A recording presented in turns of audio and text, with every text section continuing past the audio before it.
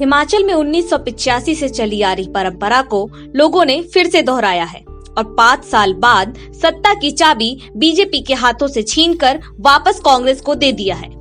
हिमाचल में विधानसभा चुनाव की शुरुआत के साथ ही सियासी गलियारों में ये अनुमान लगाया जा रहा था कि शायद इस बार हिमाचल में रिवाज बदलेगा और सत्ता बीजेपी के पास ही वापस आ जाएगी।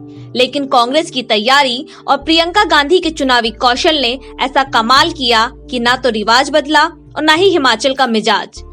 इसीलिए चुनाव नतीजों के ऐलान के साथ प्रियंका गांधी ने ट्वीट कर हिमाचल की जनता का धन्यवाद किया। प्रियंका ने लिखा, भारतीय राष्ट्रीय कांग्रेस को जनादेश देने के लिए हिमाचल प्रदेश की जनता का दिल से धन्यवाद एवं अभिवादन। ये जीत हिमाचल की जनता के मुद्दे एवं उन्नति के संकल्प की जीत है। कांग्रेस पार्टी के सभी नेताओं एवं कार्यकर्ताओं को भी ढेर सारी शुभकामनाएं। आपकी मेहनत रंग लाई। हिमाचल की 68 विधानसभा सीटों में कांग्रेस को 40 और बीजेपी को 25 और अन्य को 3 सीटें मिली हैं। भले चुनाव नतीजों में बीजेपी 1% से भी कम वोटों से हारी हो, लेकिन इस चुनाव में बीजेपी के 10 में से 8 मंत्री चुनाव हार गए। हिमाचल में कांग्रेस की जीत के वो कौन से फैक्टर हैं जिसने पूरे चुनाव का पासा ही पलट दिया, देखिए इस स्टोरी में। पहला फैक्टर प्रियंका का चुनावी कौशल। प्रियंका गांधी हिमाचल में चुनाव की शुरुआत से पहले कार्यकर्ताओं से बात की। उन्होंने उनकी नाराजगी दूर की, फिर शुरू किया अपना चुनावी कैंपेन। उन्होंने पूरे राज्य में 8 से ज्यादा बड़ी रैलियां की। आम कार्यकर्ताओं के साथ कांग्रेस के डोर टू डोर कैंपेन का हिस्सा बनी।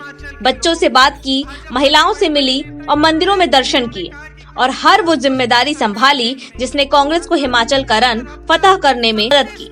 हिमाचल जीत के साथ ही प्रियंका गांधी ने पार्टी के अंदर और बाहर दोनों मोर्चों पर ये साबित कर दिया कि उनका चुनावी कौशल किसी से कम नहीं है। मुझे लगता है कि अब कांग्रेस आ रही है कि नहीं? एक बार जोर से बोलिए, कांग्रेस आ रही है कि कांग्रेस। दूसरा फैक्टर पुरानी पेंशन योजना का मुद्दा। चुनावी अभियान में करीब 2.5 लाख से अधिक सरकारी कर्मचारियों को लुभाने के लिए कांग्रेस ने पुरानी पेंशन योजना का वादा किया। रैलियों में प्रियंका गांधी ने वादा किया कि सरकार बनते ही पहली कैबिनेट में पुरानी पेंशन योजना लागू कर दी जाएगी। हिमाचल प्रदेश में करीब 2.5 लाख कर्मचारी और करीब 1 लाख पेंशनर हैं और सरकारी कर्मचारी लंबे समय से पुरानी पेंशन की मांग कर रहे थे। पुरानी पेंशन हम कहते हैं हम देंगे, किस आधार पर कह रहे हैं? इसलिए नहीं कह रहे हैं कि हम चुनाव के मंच पे खड़े हैं। हम इस आधार पर कह रहे हैं कि छत्तीसगढ़ में, राजस्थान में हमने किया है, हम दे रहे हैं पुरानी पेंशन। वो कर्मचारी जो जब नौकरी लेता है तो यही सोच के लेता है कि बुढ़ापे में मेरी कोई सुरक्षा होगी, बुढ़ापे में मेरा कोई साथ होगा, थोड़ा पेंशन मिलेगा। उसके लिए आपके पास पैसे नहीं है। तीसरा फैक्टर सेब बागानों का संकट। हिमाचल में सेब की खेती करीब 2 लाख हेक्टेयर क्षेत्रफल में होती है। 20 लाख से ज्यादा लोग इस कारोबार से जुड़े हैं।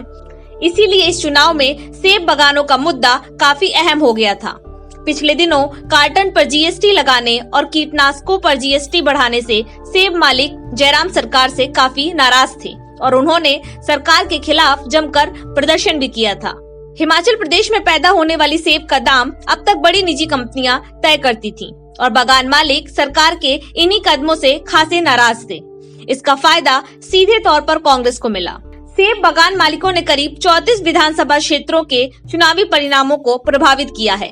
इसके साथ ही कांग्रेस पार्टी ने हिमाचल में महंगाई, बेरोजगारी, महिला सुरक्षा और बीजेपी की आंतरिक कला का फायदा उठाकर विधानसभा चुनाव में कमाल कर दिया है।